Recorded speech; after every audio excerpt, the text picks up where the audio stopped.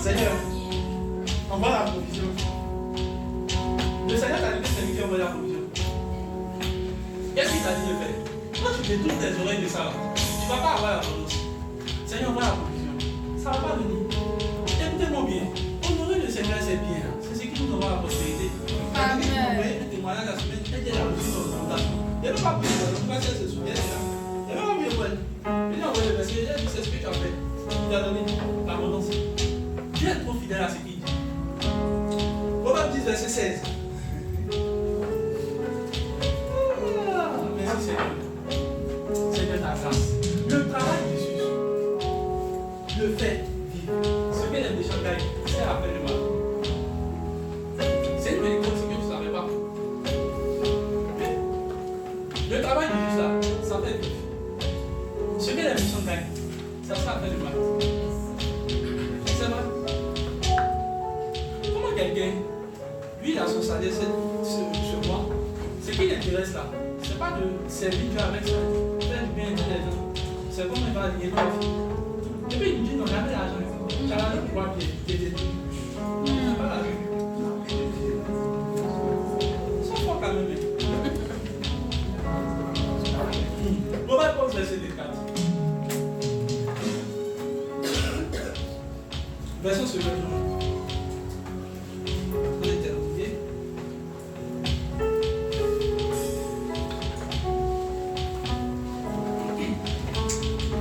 Tellement libéralement, ces richesses s'accroissent. Tellement pas à l'excès. Et c'est pour faire la pauvreté. Les gens qui ont caisse là, on en est où? Caisse en bas sur deux. La caisse est donnée, papa. En fait, ils économisaient pour casser la caisse, c'est la caisse même qui les a cassés. Elle me dit une chose, c'est pas parce que nous sommes des forts, on n'est pas fort en épargne. Moi et mon frère, on n'est pas fort en épargne. On n'est pas fort en épargne. Mais en fait, on est fort d'une sagesse que Dieu nous donne. Elle donne libéralement. C'est richesse à part. Récemment, j'ai entendu le témoignage d'un homme qui a donné à une certaine église. Et c'est là qu'il a eu cette fortune de 400 millions de dollars. En fait, elle donne c'est une richesse à passer. Tous les milliardaires ont commencé à faire des fondations maintenant pour donner plus. Parce que plus ils donnent, c'est-à-dire que, regardez, c'est une loi spirituelle. Quand tu as révélé de ton intelligence, c'est pas épargner qui est le problème. C'est comment tu as donné pour que tes économies ça passe.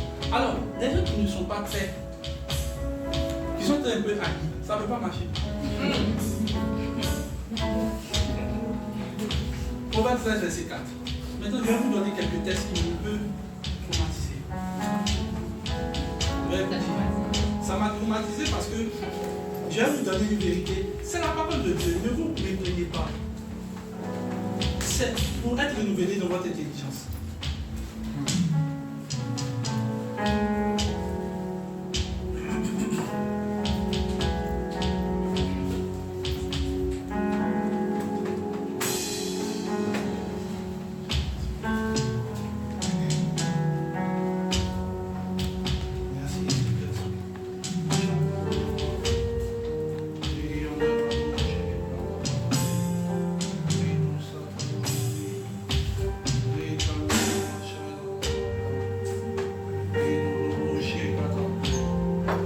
Le paresseux éprouve des désirs mais n'arrive à rien, alors que les aspirations des gens actifs seront comblées.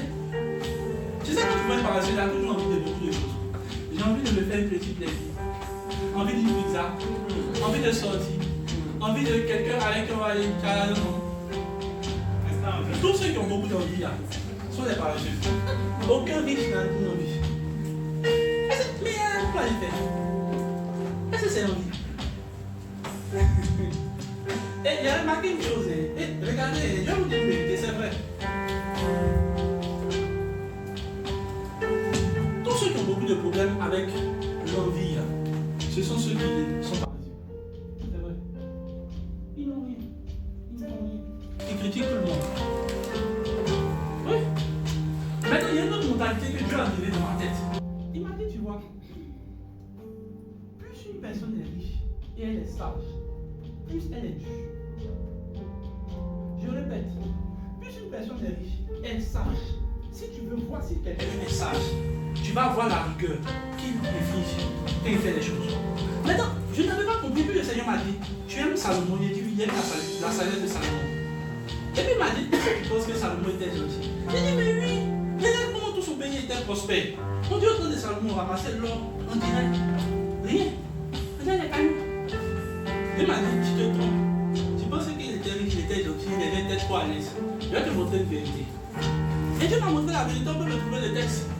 On dit du temps de son fils, lorsque son fils est passé au pouvoir, le peuple est venu. Ils sont venus voir son fils. Tu sais, ton papa c'est bon, on était riche. Mais la vie était dure. Tiens, on travaillait dur, pardon. Il faut alléger nos charges. Aïe, quand il y avait le texte, il dit attends. Donc, comme ils étaient riches, ils avaient l'argent du temps de Salomon, mais ils travaillaient dur. Et puis, regardez comment il dit, tu sais que c'était dur du temps de mon père. Ça veut dire que Salomon était très rigoureux. Salomon les faisait travailler pour construire le temple. Il voulait que sa maison soit bâtie en telle chose. Et puis Dieu m'a dit, tu sais, il y a te dire une chose, si tu es gentil, tu vas toujours être pauvre. C'est là que ça va choquer. Regardez tous ceux qui ont bâti des grands empires. Ils n'ont pas d'émotion, ils n'ont pas de sentiments. Ils travaillent. Regardez la Chine. Pourquoi ils sont puissants? Regardez comme eux, ils sont productifs. Ils tiennent l'économie du monde. Regarde. Vous pensez que... Pourtant on dit non, les maltraités. Ils vous ont dit qu'ils sont maltraités. Ah non, on n'a pas les maltraités parce que tu as des téléphones moins chers. On n'a qu'à arrêter. Les maltraités vont dormir, tu vas voir. Mais Dieu m'a dit, tu vois, ils sont puissants parce que simplement ils sont sages. Et ils sont sages parce que simplement les dirigeants qui sont sur eux sont justes. Il y a des une chose. Si on te cajole, tu ne peux jamais être fort. C'est pas vrai. Toutes les meilleures écoles, on est dur avec ceux qu'on forme. Et c'est comme ça qu'ils deviennent des élite. Il n'y a aucune élite qu'on forme simplement. Maintenant, il y a une chose. Si tu prends une école où on ne fait pas beaucoup, on vous laisse, vous faites ce que vous voulez. C'est pas égal à la maison quand tu veux. Et c'est où tu vas. Il y a une vérité, c'est la vérité. J'ai commencé à regarder les entreprises qui sont très très loin. Les grandes entreprises, je vais taire leur nom. J'ai vu qu'elles sont très difficiles. Mais on paye bien. Si c'est payé bien, on paye très bien. On paye très bien, mais on paye pas très bien. On paye bien quand tu les vois, ils sont dans les vestes, tout ça. Demande-tu, non. Il n'y aura point. Après, tu dois justifier ton salaire. Je te parle un peu, non? Je te parle un peu, non? Mon salaire? Mais, tu penses qu'ils vont venir te donner? Et tu vas les dire comme ça. Papa, c'est mon salaire. Quand tu dis que ton salaire n'a pas passé à ça, moi je réfléchis. À quel âge tu descends? Tu penses que tu auras une vie? Les mandats de Johnny Go qui sont bien clairs, on va t'expliquer leur vie. Pourtant, quand tu vas voir les entreprises, tu dis, oui, je vais rentrer là-bas. Là, même avec une millette de puissances, il faut t'asseoir. Si tu n'aimes pas travailler dur, ou bien tu n'aimes pas ce qui est dur, tu ne peux jamais être productif. Jamais. Donc si tu veux, même quand tu viens, tu es complaisant, tu fais ce que tu veux, comme tu veux. Ouais, c'est ça où tu vas finir. La productivité là, c'est deux chemins avec toi. Parce que quand tu veux être productif, tu aimes tout ce qui est dur. Tu aimes ton cri. Même quand on crie, on te met la pression. Ouais. Ton destin, je vais te dire, papa, je ne sais pas faire du courage sur la voiture, je ne sais pas dans une vidéo. Je prie dans le nom de Jésus que Dieu t'apporte cette grâce. Tu vas te lever comme ça. Je vais te donner encore. Non, attends, tu vas t'asseoir, je vais terminer par ça. Regardons mon texte encore. Je te donne la parole de Dieu que tu ignorais. Donc, par exemple, le monde va te faire croire que quand quelqu'un est dur, il est méchant.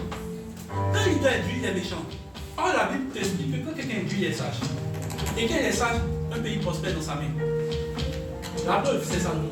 Il faisait travailler les gens du le pays prospérait. Tous les pays où les gens prospèrent et qui les gens sont dans de bonnes conditions, ce sont les gens qui font travailler tous les gens. Et toi, tu expliques que c'est l'esclavage. Ce n'est pas l'esclavage. C'est la Bible qui dit que ça appelle ça la richesse. Donc ta pensée doit être renouvelée si quelqu'un est dur. Et souvent, il y a l'impression que pourquoi il va à l'école d'entreprise, la bâtisse son entreprise dans la pièce. Il fait travailler les gens. Et c'est eux qui posent aujourd'hui les fondations. Et toi, tu dis, en fait, tu comprends la méchanceté de la rigueur. Ton intelligence doit être renouvelée. Regardez un texte qui m'a fait beaucoup préciser. Quelque part dans la Bible, Ecclésiaste 5.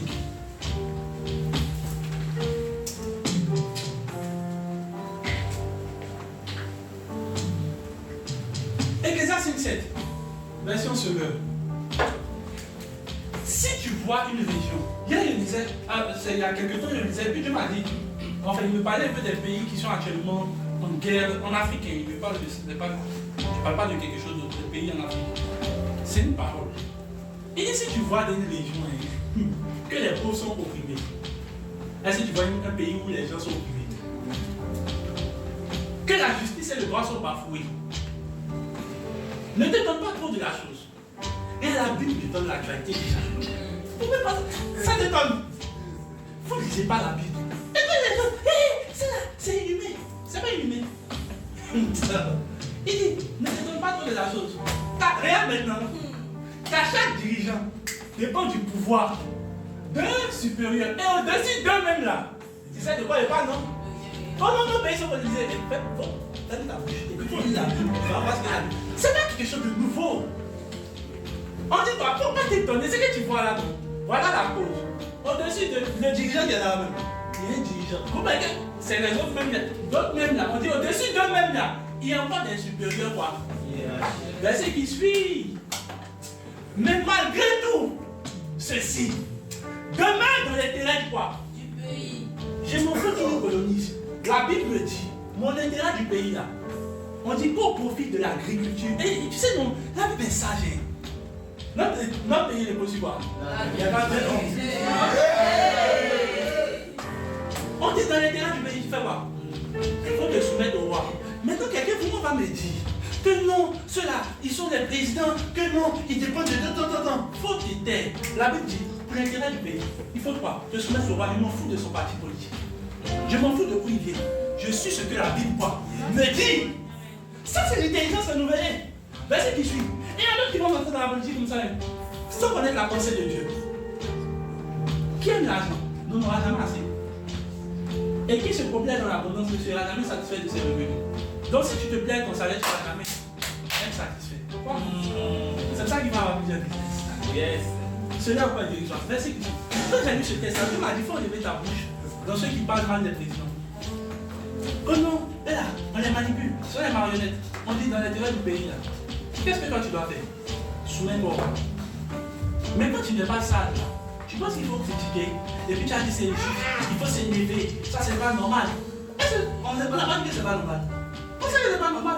Mais voilà ce que la Bible nous dit. Quand ton intelligence est renouvelée là, tu commences à suivre la beauté. On va 25. Verset 12. On s'appuie.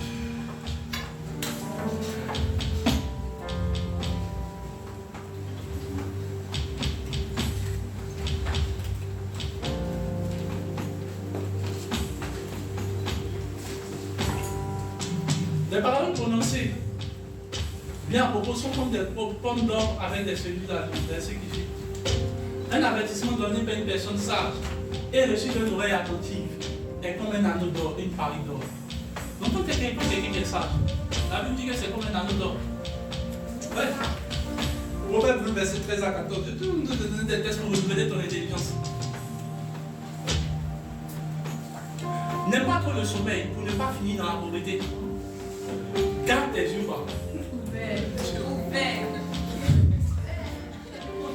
Et tu auras de quoi te. C'est pour ça que mes yeux sont toujours ouverts. À minuit. Et puis déjà à 4 heures. On ne fait pas beaucoup. Mais j'aime beaucoup le sommeil. On dirait une drogue.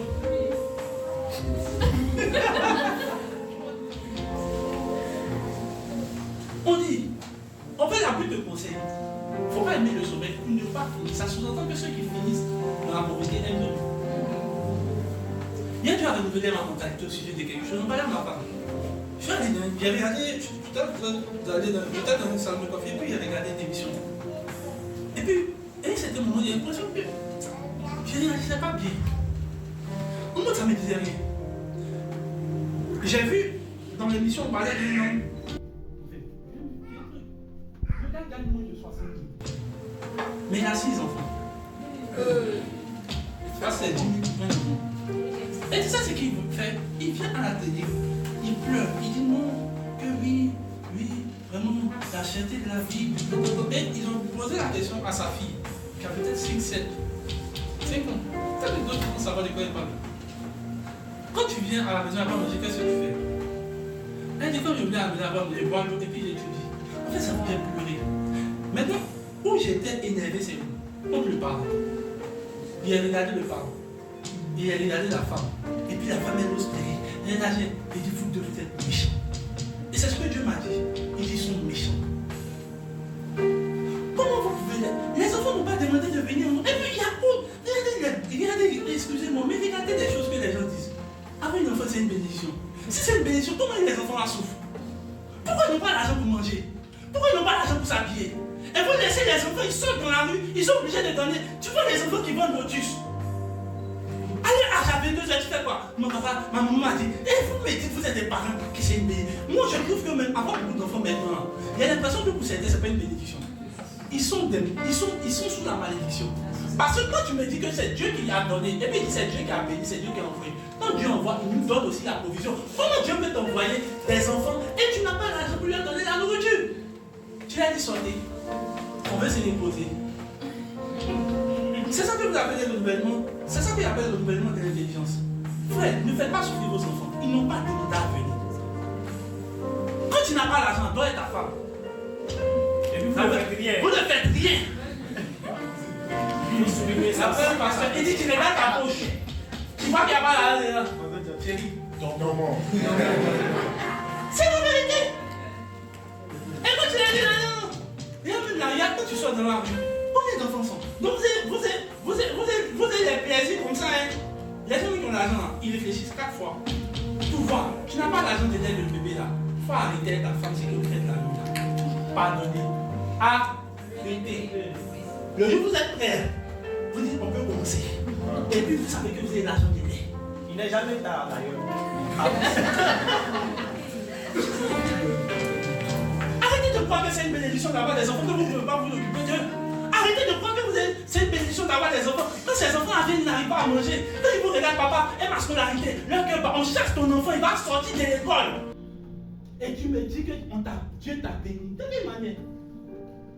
Dieu lui-même dit, moi-même qui suis père là, il dit je ne prends pas quelqu'un. Et puis, il dit vous-même méchant que vous avez, vous savez donner le bon genre. À me faire raison Dieu. Quand vous êtes responsable, vous ne donnez pas de mauvaises choses à vos enfants. Tous ceux qui donnent des mauvaises choses à vos enfants, je prêche des parents, ceux qui donnent des mauvaises choses à leurs enfants, vous n'êtes pas dans la volonté de Dieu.